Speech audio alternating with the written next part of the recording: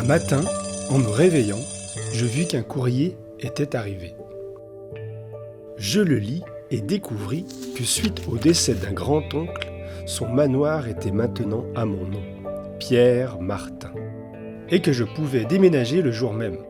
Comme j'étais banquier, j'avais déjà une belle demeure, mais celle-ci serait encore plus belle, plus spacieuse et plus luxueuse. Je décidai donc de préparer mes affaires afin de déménager le lendemain. En arrivant au manoir, je me fis accueillir par tous les domestiques. Je ne connaissais pas ce lieu. Tout ce que je connaissais de l'endroit, c'était ce que l'on racontait sur mon grand-oncle. Un homme mystérieux et craint par tout le monde. Cet endroit était d'un luxe parfait. Le sol en marbre, les murs de pierre finement taillées, les tables étaient en cristal et la vaisselle en porcelaine. Les canapés et fauteuils étaient en velours rouge. Mais ce qui m'avait le plus marqué était le nombre de portraits de toute ma famille passés ou accrochés au mur. Il y avait également cet immense arbre généalogique et mes ancêtres avec leurs représentations. Dans une pièce accessible que par une clé qui me fut donnée, je découvris un portrait de moi. Cela était étrange.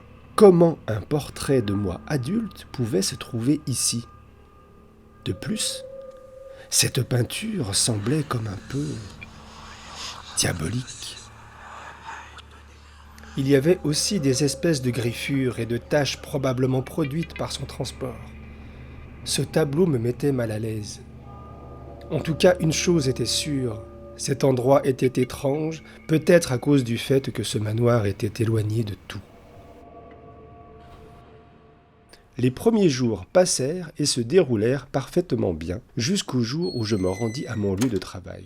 Et le soir, en revenant, je m'aperçus qu'un des portraits de ma famille était retourné, ainsi que la peinture de mon oncle sur mon arbre généalogique. Étrange. Quelques jours plus tard, mon oncle avait été retrouvé mort à son domicile sans savoir dans quelles circonstances. De plus, la veille au soir de cet événement, mon portrait était de travers alors qu'il était dans une pièce où seul moi pouvais accéder. Une semaine après, je partis en randonnée avec quelques proches durant toute une journée. Et en rentrant, encore une fois, un tableau de ma famille était retourné. C'était un de mes cousins. Cette fois-ci, c'était seulement le lendemain matin qu'il avait été retrouvé mort. Je suis donc allé voir mon portrait pour voir si quelque chose avait bougé. Et là, je vis que son expression du visage n'était plus la même. Son sourire était comme renforcé et m'inspirait de la crainte. J'allais donc demander à mes domestiques s'il y avait vu quelque chose, ou si c'était eux qui m'avaient fait une farce. Mais tous m'ont répondu que non. Pour moi, c'était trop. Je décidai de faire semblant de partir, mais de rester caché dans le jardin, afin de voir la personne qui me faisait cette blague. Absolument pas drôle.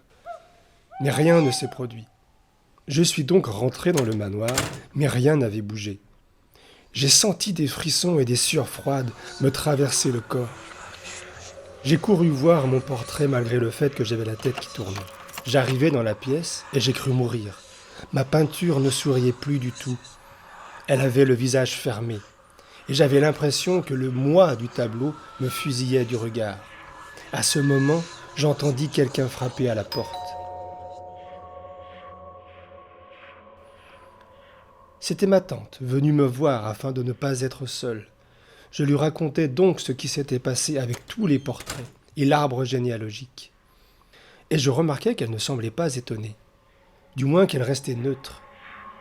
Habituellement, elle était très expressive et émotive, mais je ne me suis pas tant occupé de ce détail. La nuit fut longue, car tout s'en mêlait dans ma tête. Quand je me suis réveillé le matin, je ne pouvais pas m'arrêter de penser à mon portrait, à l'expression du visage changeante. Ça me rendait fou et paranoïaque. J'ai donc décidé de le brûler afin d'alléger ma conscience, même si ça n'arrangeait probablement pas les choses.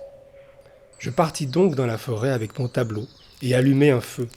Je le mis dedans et fut réduit en cendres.